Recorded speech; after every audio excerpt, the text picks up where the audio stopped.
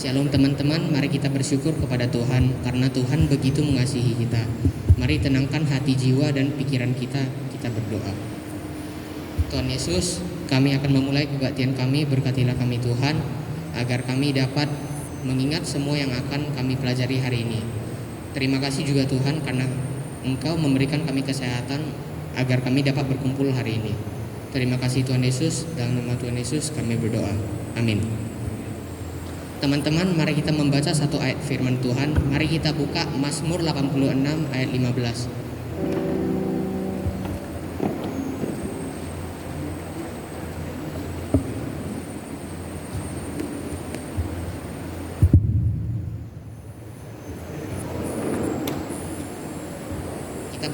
Kita baca sama-sama ya. 1, 2, 3 ya. Tetapi Engkau ya Tuhan, Allah penyayang dan pengasih, panjang sabar dan berlimpah kasih dan setia. Teman-teman, mari kita memuji Tuhan dan mempersiapkan hati untuk firman Tuhan. Kita nyanyikan lagu Tetap Setia.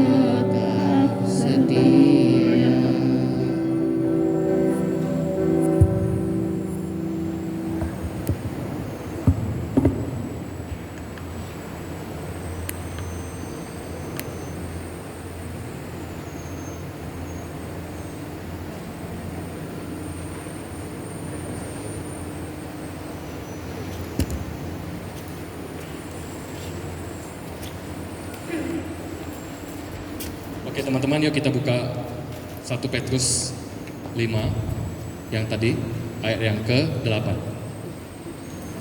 1 Petrus 5 ayat yang ke-8. Kita baca sama-sama ya. Saya akan dengerin kalian, bacanya pelan-pelan aja. Oke, yuk 1, 2, 3, ya.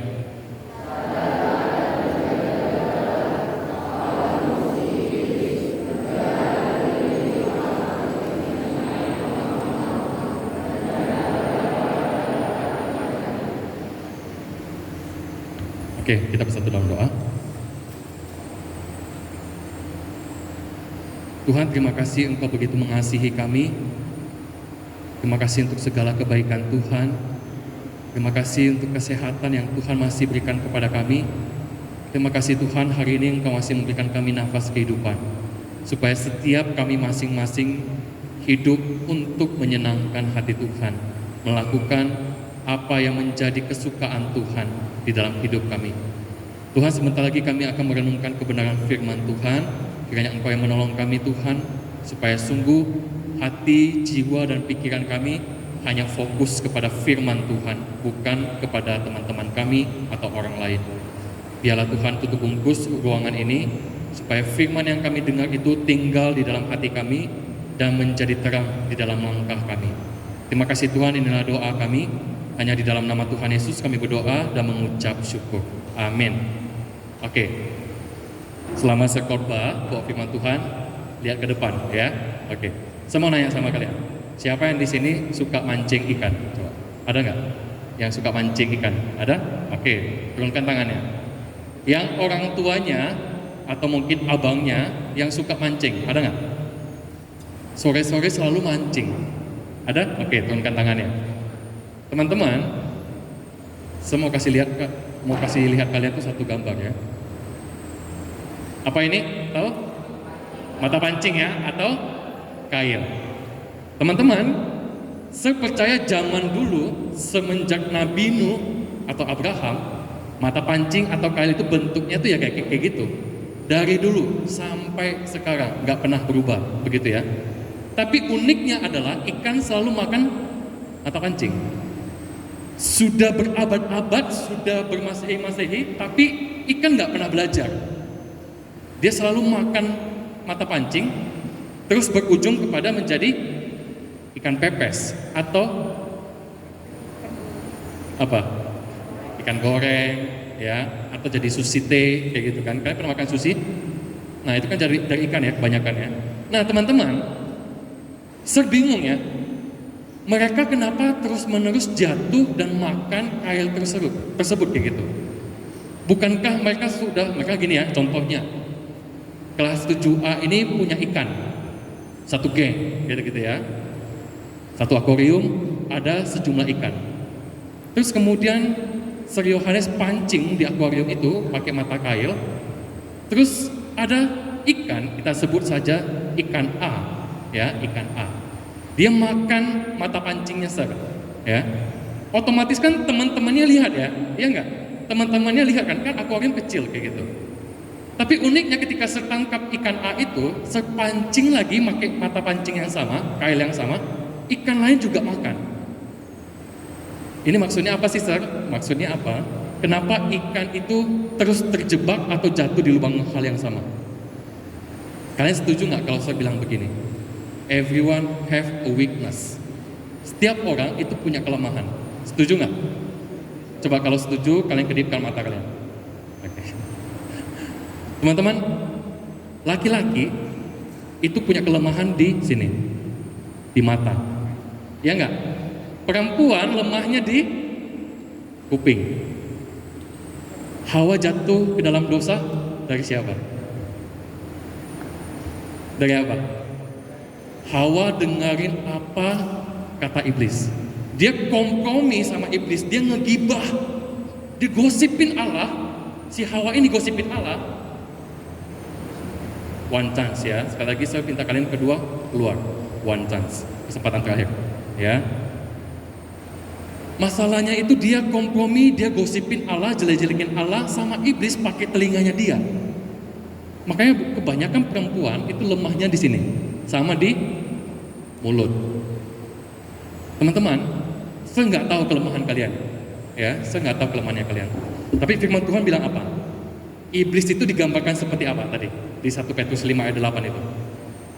Digambarkan seperti seekor singa yang menghantui kalian, yang selalu mengaum-ngaum, berkeliling. Ketika kalian lagi nggak jaga-jaga, kalian nggak siap, habis kalian dimakan sama mereka. Siapa yang sini ada main game Mobile Legends? Coba. Wah, banyak juga yang cewek-cewek ya. Oke, turunkan tangannya ya. Hampir sekitar 60 atau 70 orang yang main FF, game burik, coba ada. Oke, turunkan tangannya. Yang PUBG ada? Oke, turunkan tangannya ya. Saya juga main Mobile Legends, ya, saya juga main game. Tapi masalahnya adalah teman-teman, menurut saya secara pribadi, game itu netral. Tapi salahnya adalah ketika one chance, 2 orang. Sekali lagi ya. Yang bahayanya adalah ketika kalian kecanduan game.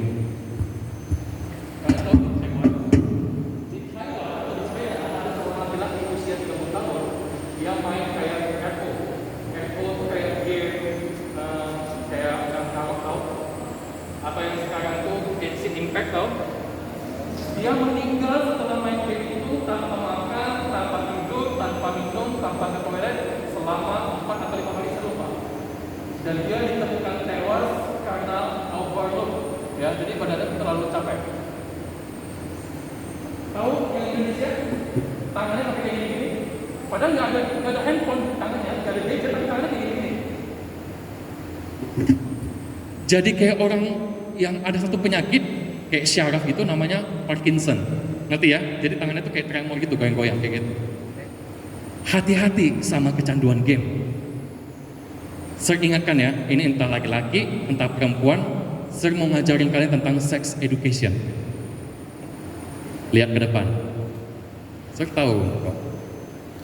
Hati-hati ketika kalian lagi di kamar, kunci pintu, buka kuota, mulai nonton video pornografi, hati-hati.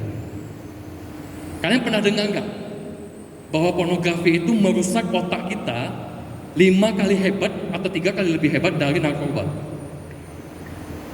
Narkoba teman-teman, kalau kalian coba, saya nggak pernah coba sih ya. Ada yang pernah coba? Coba angkat tangan. Nggak apa, nanti saya kasih nilai nanti. F. Teman-teman, narkoba itu merusak 3 syaraf di dalam otak kita. Tapi pornografi merusak 5 sistem syaraf di otak kita. Kalian ada belajar dopamin nggak? Di otak kita itu ada dopamin. Dopamin itu fungsinya adalah untuk mengontrol emosi kebahagiaan, emosi kemarahan, tahu saya kayak gitu ya, lebih kurang. Tapi masalahnya adalah ketika kalian nonton video pornografi, dosa itu, maka cairan itu akan keluar membanjiri PVC kalian yang di depan ini. Di depan ini tuh apa? Supaya kalian fokus untuk mengambil keputusan. Misalnya kayak gini ya, aku main game lah, aku mau ke rumah si Allah kayak gitu. Itu keputusannya di sini, emosi, fokus belajar itu di situ semua. Tanda tanya sama diri kalian kalau kalian mulai nggak fokus belajar, nggak tenang kalau lagi belajar, mulai keringetan. Teman-teman, itulah salah satu dampak. Saya berani bilang begini ya, iblis itu tahu kelemahan kalian, dia tahu betul apa yang kalian pikirkan sekarang, dia tahu betul apa yang kalian lakukan di tempat gelap yang nggak ada orang lain. Dan dia akan cari satu kelemahan kalian dan akan diincar satu terus-menerus itu aja. Misalnya, saya kasih contoh, si Ucok, ya, dia punya kelemahan sama uang. Jadi kalau dia lihat uang, pasti hatinya tuh pengen colong atau pengen curi uang itu. Dan dia akan terus jatuh dalam hal keuangan, teman-teman. Dia nggak mungkin jatuh ke perempuan, dia nggak akan berantem, nilainya juga bagus, dia nggak akan jatuh. Tapi kelemahannya selalu di uang itu. Iblis nggak pernah cari kelebihan kalian, ya. Iblis nggak pernah cari kelebihan kalian, tapi cari kelemahannya kalian. Hati-hati kalau bicara. Saya membiasakan kalau laki-laki, ya, bicara sama lawan jenis. Kendrick mau keluar? Kenichi atau Kendrick mau keluar? Silakan. Pintu terbuka. Saya nggak butuh laki-laki atau orang siswa yang jenius. Saya nggak butuh. Sebutuhnya anak laki-laki atau anak perempuan yang hatinya itu bisa dididik, takut sama Tuhan. Sekali lagi ya, saya suruh kalian keluar ya. Itu juga jadi salah satu kelemahan teman-teman. Mulutnya nggak bisa kontrol. Kalian tahu ada orang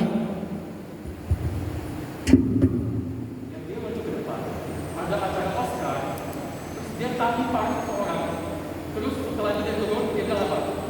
Keep my wife name up your seat out. Tahu siapa? Will Smith.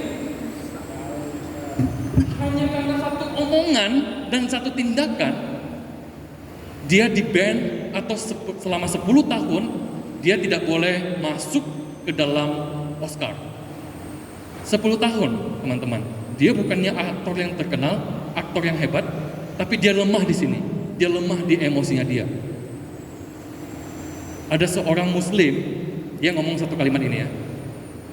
Jikalau kalian bisa mengontrol emosi kalian dan kalian bisa sabar di saat itu, kalian bisa mencegah ribuan penyesalan yang akan datang. Ngerti maksud saya? Kalian lagi marah nih, lagi kesel, lagi bete sama seseorang, Tapi kalian bisa kontrol, kalian bisa sabar. Kalian menunda ribuan penyesalan datang sama kalian. Akhirnya Will Smith minta maaf nggak? Will Smith minta maaf. Tapi ada gunanya nggak? Nggak ada.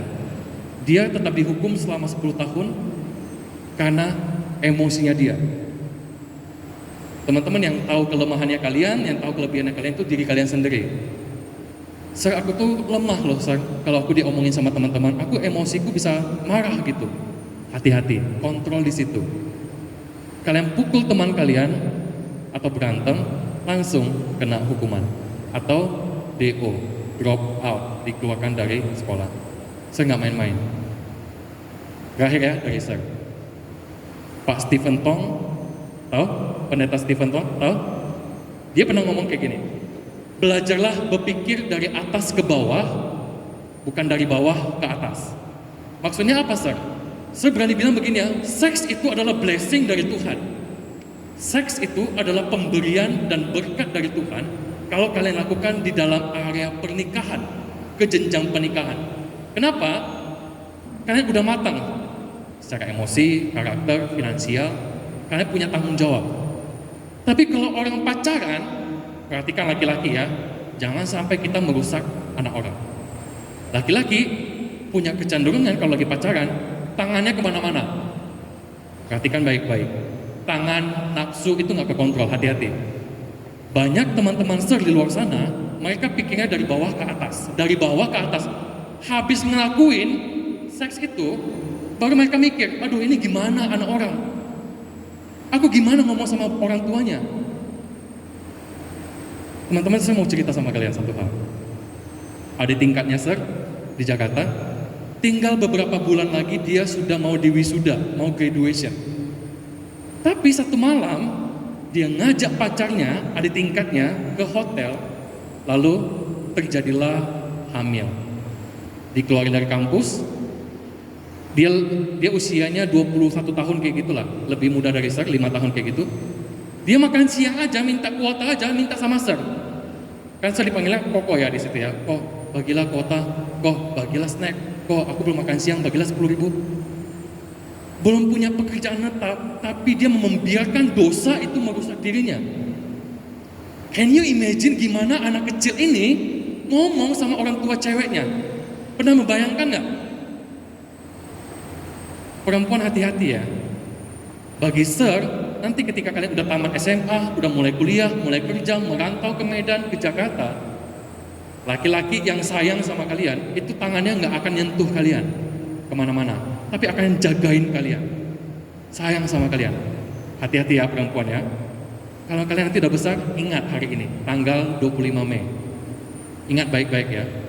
Jangan pernah main sama dosa. Jangan pernah main sama dosa. Karena dosa itu akan mempermainkan kalian. Oke, jelas? Oke, yuk kita ada satu dalam doa. Tuhan, meskipun kami masih kecil, masih kelas 7 SMP, tapi kami mau belajar berhati-hati dengan dosa dan kelemahan kami, Tuhan. Karena kami tahu betul Tuhan, kalau kami tidak berjaga-jaga, kami kalau tidak hati-hati, maka dosa itu akan masuk dan merusak hidup kami. Mungkin kami orang yang berprestasi, orang yang bisa main musik, yang mungkin dapat ranking, nilai matematika, segala pelajaran bagus. Tapi ketika kami mengizinkan untuk menikmati dosa, jatuh ke dalam dosa, dan tidak mau berjuang melawan dosa itu, kami percaya Tuhan bahwa dosa itu akan merusak hidup kami. Kami makin jauh sama Tuhan, kami benci sama Tuhan, kami juga akan benci sama diri kami sendiri. Tapi firman Tuhan hari ini mengajarkan kami, jadi anak Tuhan itu harus hati-hati, harus punya sikap hati yang selalu jaga-jaga, supaya ketika iblis menggoda kami, ketika iblis mencoba untuk mengganggu hidup kami, ada firman Tuhan di dalam hati kami yang jaga kami. Dan Tuhan, kami tahu kami tidak bisa hidup tanpa Tuhan. Tanpa Tuhan kami akan terus jatuh ke dalam dosa yang sama. Kami akan kalah dari dosa favorit kami, dosa yang sering kami lakukan, dosa kesukaan kami. Tapi biarlah Tuhan Engkau senantiasa mengajarkan kami bahwa hidup di dalam Tuhan itu harusnya hidup menyenangkan hati Tuhan, bukan hidup menyenangkan keinginan daging kami atau manusia lama kami. Tuhan, biarlah Allah Roh Kudus sekali lagi menutup bungkus kami, jaga kami Tuhan, supaya kami hati-hati ketika kami bersikap, hati-hati ketika kami mengambil keputusan, hati-hati ketika berkata-kata. Karena kami tahu Tuhan, itu akan mendatangkan pelanggaran atau konsekuensi. Terima kasih Tuhan, inilah doa kami. Ampuni segala pelanggaran dan dosa kami Tuhan. Hanya di dalam nama Tuhan Yesus, kami sudah berdoa dan mengucap syukur. Amin. Oke, kita give applause dulu untuk 7B dan 7C coba.